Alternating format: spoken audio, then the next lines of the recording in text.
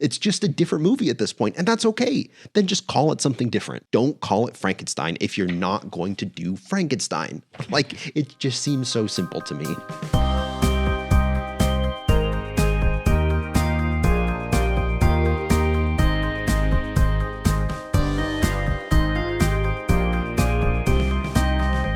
Hello, and welcome to WINNOW. We are doing a bonus episode on the new Guillermo del Toro Frankenstein movie. We did a previous episode about how much I love the book, and we both love this book. So now we are here to share our thoughts about the movie. Yeah. This morning we discussed the book. We just watched the 2.5 hour long movie. And we are here to have a little reaction to this movie. A little reaction? Yeah, we'll see how long this goes. No. I mean, like, big reaction in terms of big thoughts. And big thoughts. Big feelings yes. of fairly unmitigated rage. Sorry. Okay. All right. Well, this is Owen. He's a high school English teacher, and my name is Bella. And apparently we're going to give you some big feelings about the new Frankenstein adaptation. I love this book so much, and to see it eviscerated like this, it was just so hard. Okay, but I'm going to try and calm down. I was thinking about it, and here's my, I think, calm, rational take. Okay. You share your thoughts, and then I have calmer thoughts about, and I didn't necessarily like hate it. I'm a little bit more calm about adaptations in general. So, but yeah, okay. Okay. So here's my big theory about adaptations.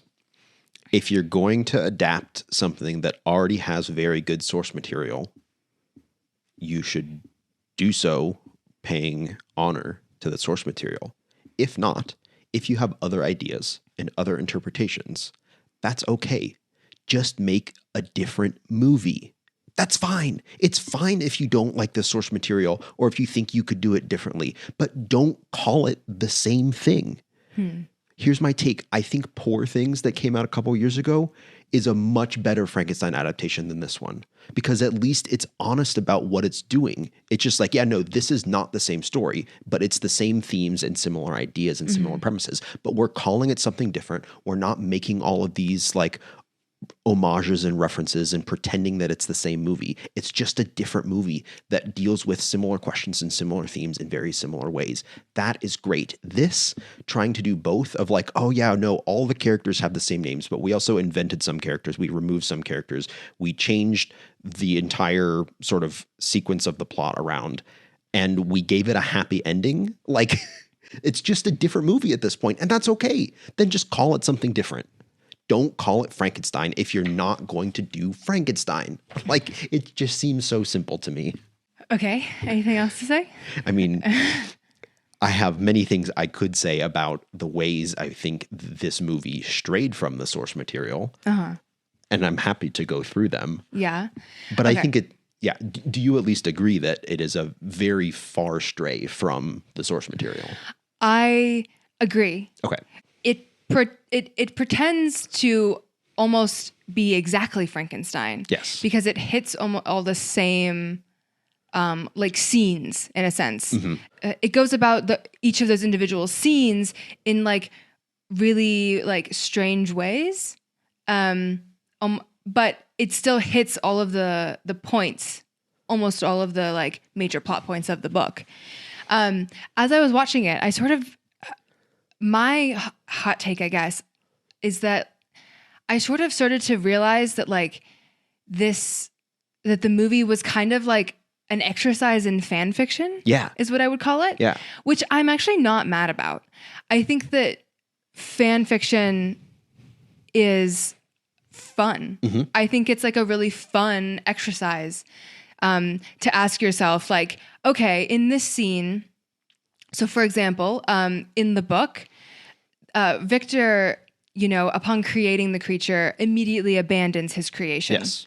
And then, so the movie has that same moment of the creature has been created, but, and it has the same end result of Victor abandoning the creature. But the way it goes about that is it asks the question, well, what would it be like if just for a second Victor did try to parent the creature? Mm-hmm. What would it look like if they had interacted with one another at this stage? And so looking at it through that lens, I kind of find it fun and interesting. Like, right. Yeah. But when people write fan fiction, they don't call it the same thing as the original material. Well, they give it a different title. Although I will they point are out, honest about the fact that it is a deviation. Well, yeah. I mean, we are calling it. I don't think we are calling it Guillermo del Toro's Frankenstein. That's not what the title screen I know says. that like the title is not like Del Toro's Frankenstein, but that is what we are all calling it, which for me does kind of emphasize that like I did go into the movie expecting to see a specific director's take on Frankenstein. Mm-hmm. I did not necessarily go in expecting the perfect adaptation of Frankenstein. Right. Because again, like, yeah, I had said in the previous video we did on this, I am a big fan of the Kenneth Branagh Frankenstein. And he even goes so far as to call it Mary Shelley's Frankenstein. Like he directly says, I'm adapting the book, and he still makes changes. And I can disagree with them, but like, it's fine. I think many of his changes I understand, but it's a few changes. Yeah. Particularly at the end, like the end moments. Yeah. But this is like I could sit here for probably an hour and list all the changes. It would take me maybe 10 minutes to list the changes Kenneth Branagh makes. Yeah. And right. So what you're talking about, this director's version of, it seems to be more similar to the way our culture treats like Batman or something like that, where there's this overall mythos and then there are different takes on it. Mm-hmm. And I'm okay with that. Like I like Batman and I like the difference between the Robert Pattinson Batman and the Christian Bale Batman and things like that. Yeah. But I think for me, it's a sort of cultural myth that everyone has a spin on. Right. Yeah. Yeah. Because I think for me though, that works because the source material for that, like comic books, well, maybe this is just going to be me being biased against comic books, like isn't that sort of like canonical. This is like a 200-year-old book that is like nearly perfect. Like, right, if it's like a fun thing and then, we're riffing on it and doing that like Batman or the Marvel movies or things like that, sure, we can have different takes and we can do it. But like the idea that like you think you can do it better than Mary Shelley, I just don't think anything in this movie was better than what Mary Shelley did. I think it's different, but like I don't get what that added that the original story didn't already have. Yeah. And I think actually many of the changes took away from. I found it interesting. Okay, what? Tell me. I want to know because I got into this negative headspace pretty quickly. Yeah. And it just kept spiraling from there. So help pull me out of it. What do you think it added in a way that's different or interesting and not just like worse? I guess I could mention many things. Yes. Please. So I guess I'll just go down a sort of list. So something that I thought was interesting was how, Elizabeth's character was completely different and changed, not even the same. Yeah. Also, we should say spoilers for the movie. Like we're definitely gonna. Oh yeah. I figured. Yeah. That's assumed. But yeah, so Elizabeth is like totally not even the same character. Yeah. She is introduced at a totally different point in the story. The only similarity is they have the name Elizabeth, really. Yeah. And they're like the only female character besides his mother, But I was worried.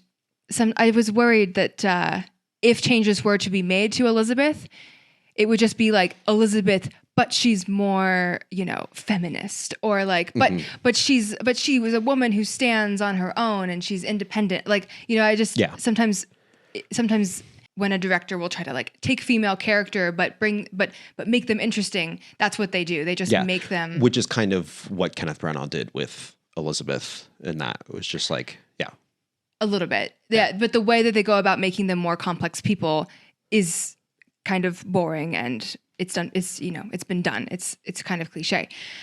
But I actually quite liked setting up Elizabeth, especially right at the beginning, as in opposition to Victor, because it pulls out a feeling that I feel as a woman when I read Frankenstein, which is Victor is not impressing me. Yes. And I really, when Elizabeth's introduced and she's just not impressed by Victor, I'm like, yeah, I like, there's something about that feels very real and tangible to me. Interesting thing that they do with her, right, is that like in those early scenes of like the creature is alive but hasn't been abandoned, when Elizabeth sort of meets him, they play with that kind of dichotomy that we're seeing a lot in movies nowadays of like woman who has intuitive connection to quote unquote monster versus male who tries to have like scientific understanding. That you've talked, I haven't seen Nosferatu, but you say that's a Nosferatu. Yeah. It's in Death of the Unicorn. And I think they play theme. with that. Yeah. It's a common theme that's happening in movies right now. Though obviously done in different ways. Like Nosferatu, obviously like that's an actual like demonic creature. Right. We get to see through sort of a revision of Victor's childhood and the initial interactions with the creature. We still get parallels between Victor and the creature. They've just, they're just different now, right? So we see that Victor, instead of having a sort of like semi-absent father figure, or like a father figure who doesn't guide him very much, he instead has like a super overbearing father figure. And then we see that mirrored when he attempts to parent the creature, that he's just eventually doing what his dad did. He's just mimicking what his father did. And then similarly, when Victor's a child, the only kind of bright thing in his life seems to be the way that his mother understands him. And we see that again with the creature, you know, having a horrible father figure, which is Victor, but then having, in a lot of ways, Elizabeth acts as this kind mother figure towards him. And so though like the relationships have been changed, at least there's still parallel. Yes. And then in a lot of ways, I thought that Elizabeth was also set up to be a little bit of a parallel or foil to the creature as well. They, you know, with the imagery of the butterfly in the cage, which is a metaphor for like her kind of being stuck, not being able to make her own decisions. And then we see the creature, right, literally chained up, and these sorts of things. I thought that like it ultimately, the movie does the work, I think, to make their connection believable.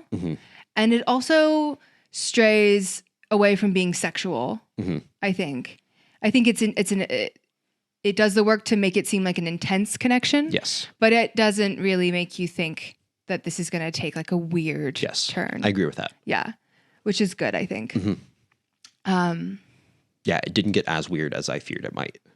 Yeah. Yeah. Especially when I started, as I started watching the movie and I started realizing, oh, we're playing a fan fiction game where we're asking the question, what if X thing was different?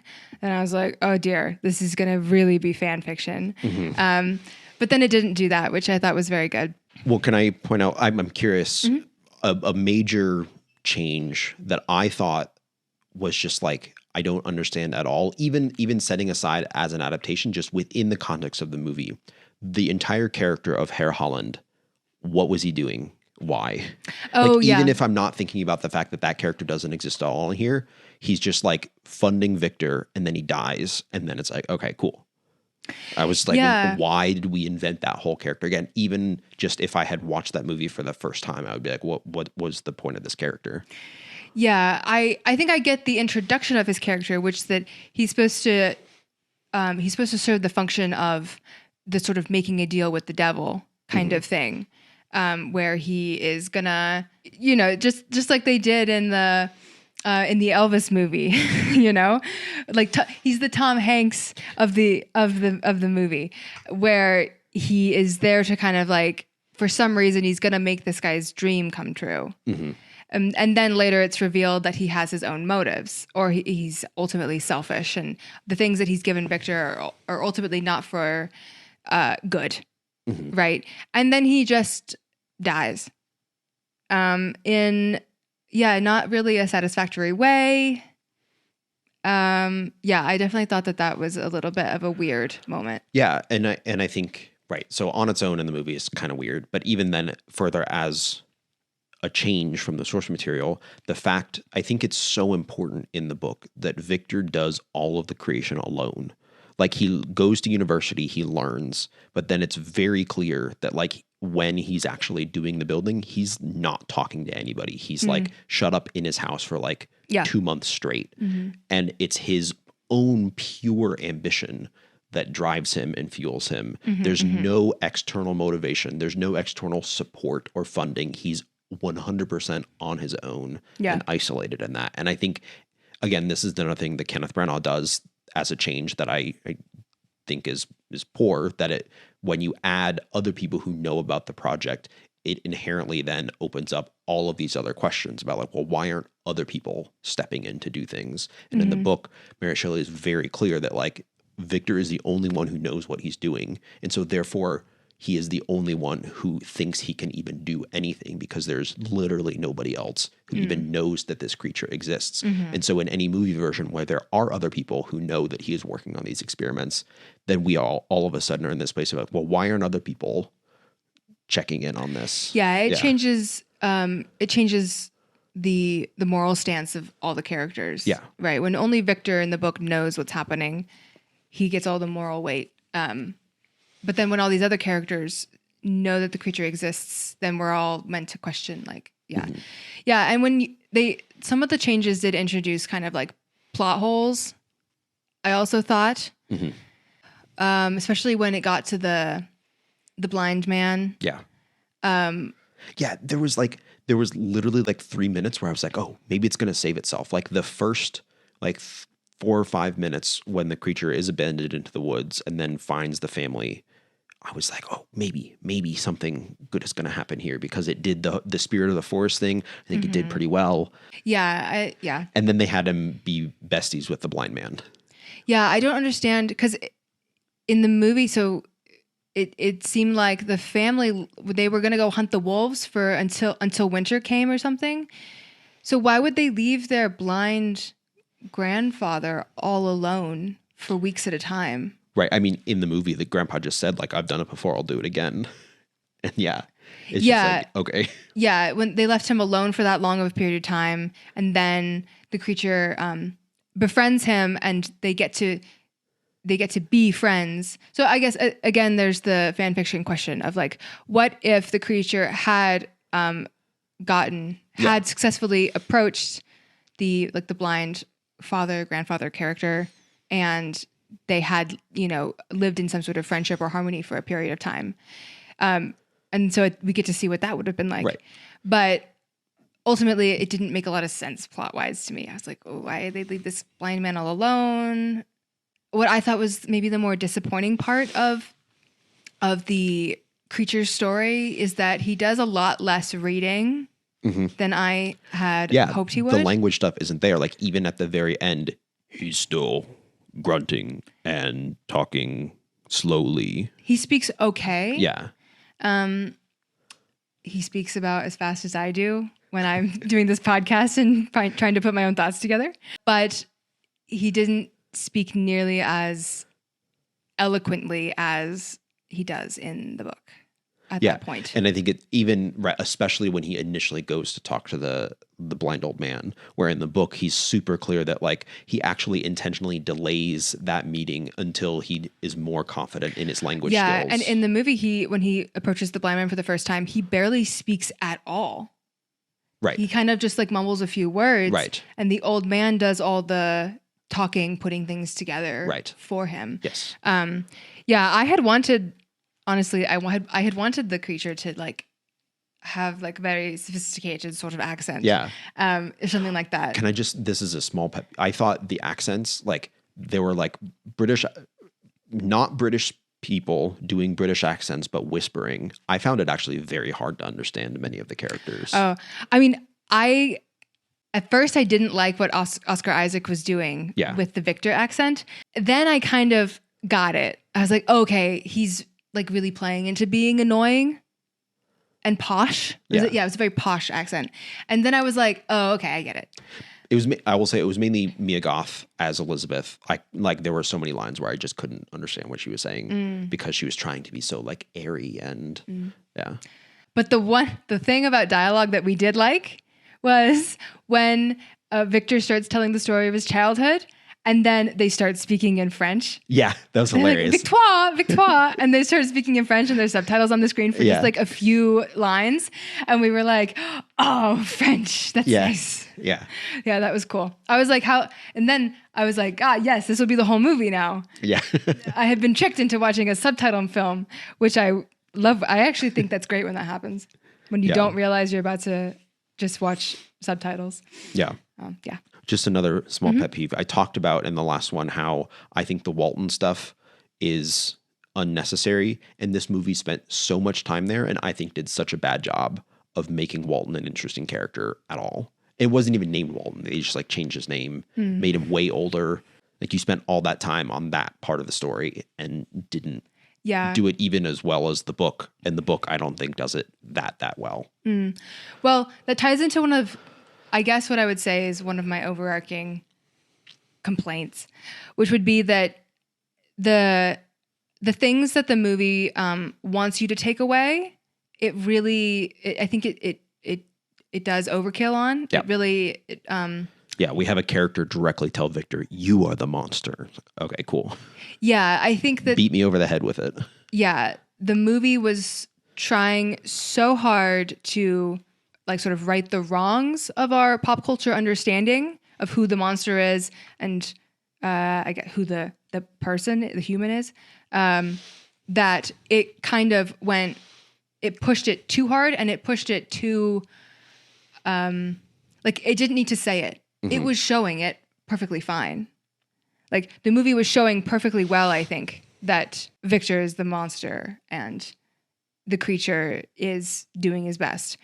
But I just think that there was, it said it too much, too overtly, and that also comes in with the Walton stuff, where it was like too obvious of a. Yeah. I mean, it's kind of obvious in the book too, right. honestly, but it's like so obvious of a like, you know, we need to turn back. Yeah. We need to stop this scientific exploration stuff. Yeah.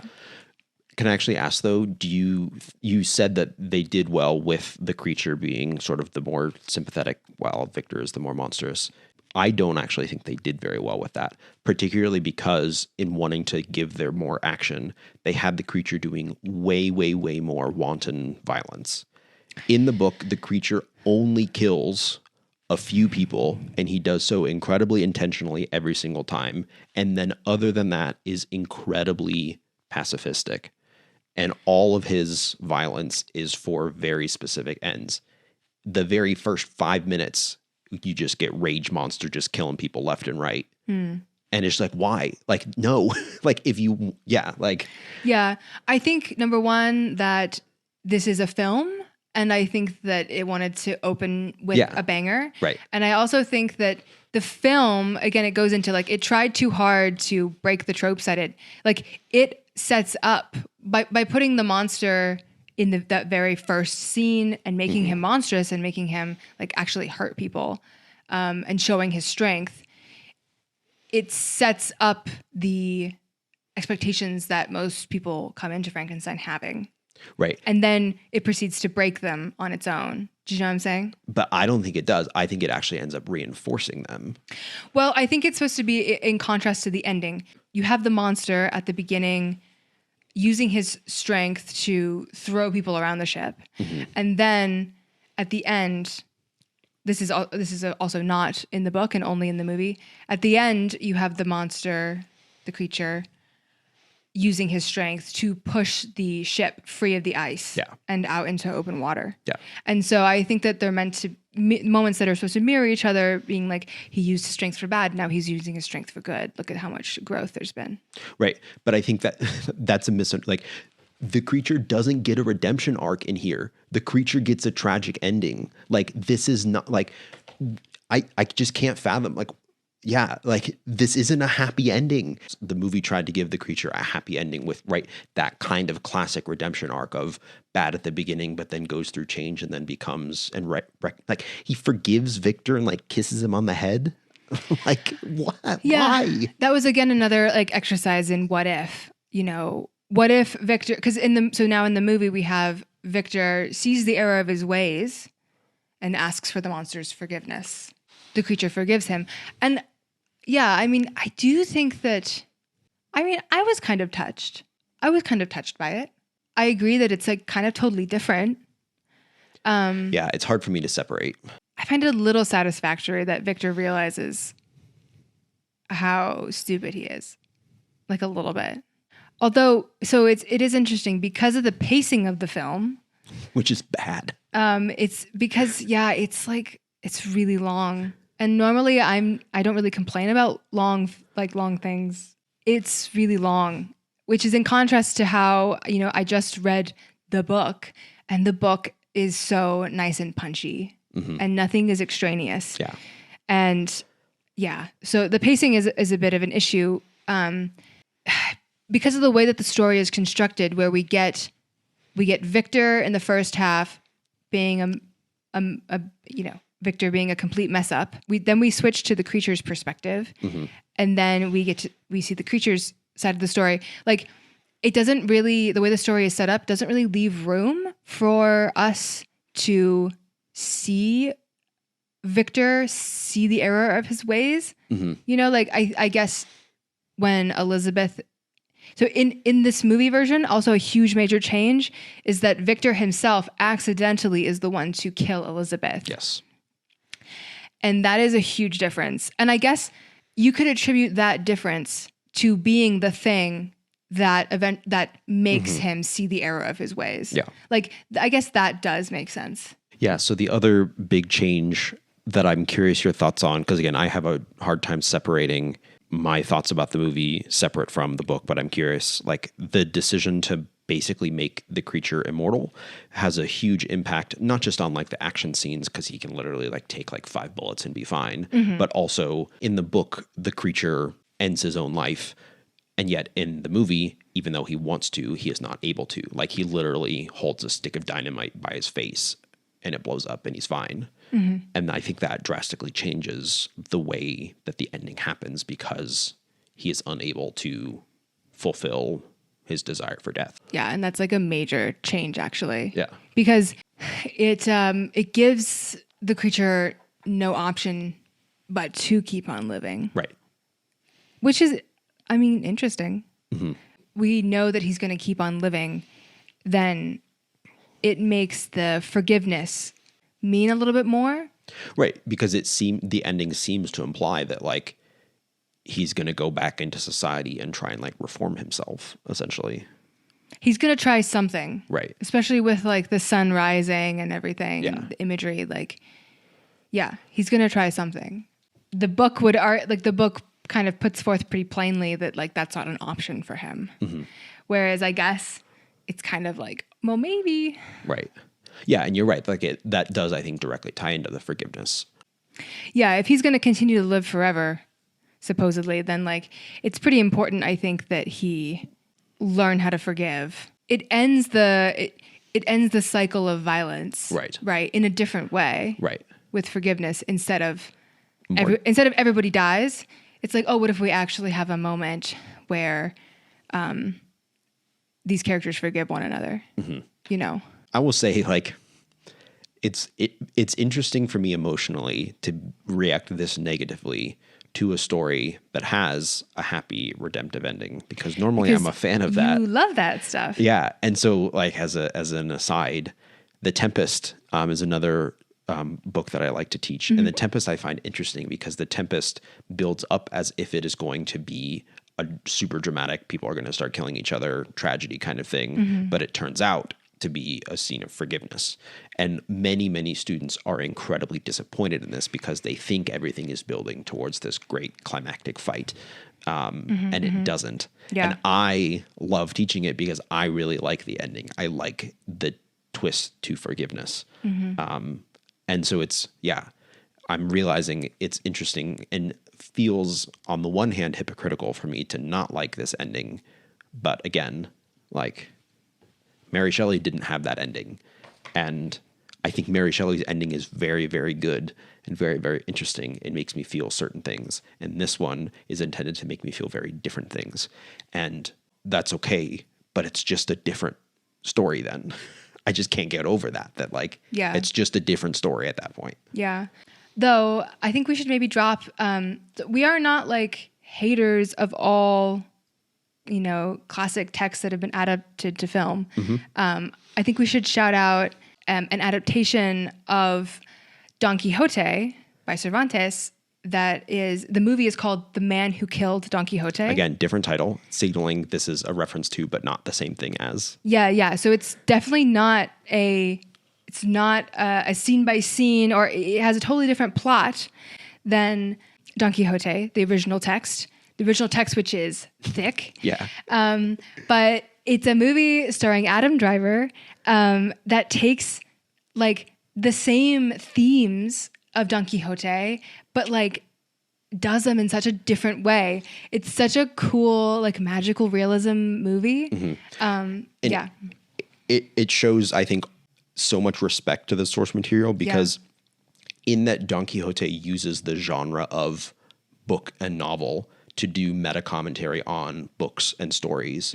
This one uses the genre of film telling to do meta commentary on like film. Yeah. It like recognizes that like that was a book and it did book things. We are a movie. We're going to do movie things. We're going to do the same kind of commentary, but we're recognizing that like this is a fundamentally different medium of storytelling. Yeah. I think it's great.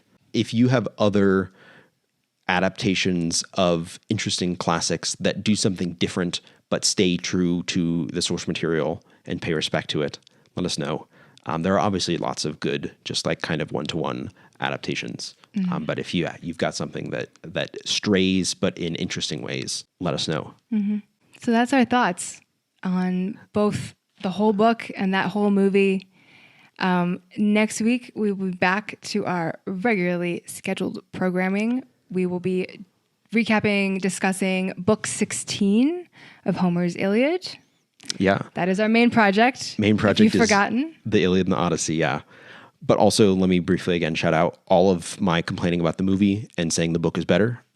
If you would like to read the book and haven't ever, I have an audiobook of Frankenstein from beginning to end with the text on screen so you can follow along with some discussion questions at the end of every chapter. So if you have seen this movie but haven't read the source material, I promise you it is better. That is the English teacher, Mr. Gemmer, guarantee. Yeah. Except there's no Jacob Elordi. No. That's maybe the one negative of the book. Yeah. And my voice sounds pretty good sped up, so you can listen to the whole thing in like 5 or 6 hours. Yeah. Which is kind of almost as long as the movie, it feels like sometimes. Like, yeah, not that much. If you've got a free afternoon on your hands. Yeah, might as well do one or the other. Yeah. Thanks for sticking it out with us. We've recorded for much longer today than we anticipated. Yeah. But I think that is a sign of our passion for these stories and the overflowing thoughts that we constantly have about everything that we read. Because we love books and we want to see lots more people love books and classic literature. It's true. The movie would be nothing without the book. Until then, happy reading. Happy reading.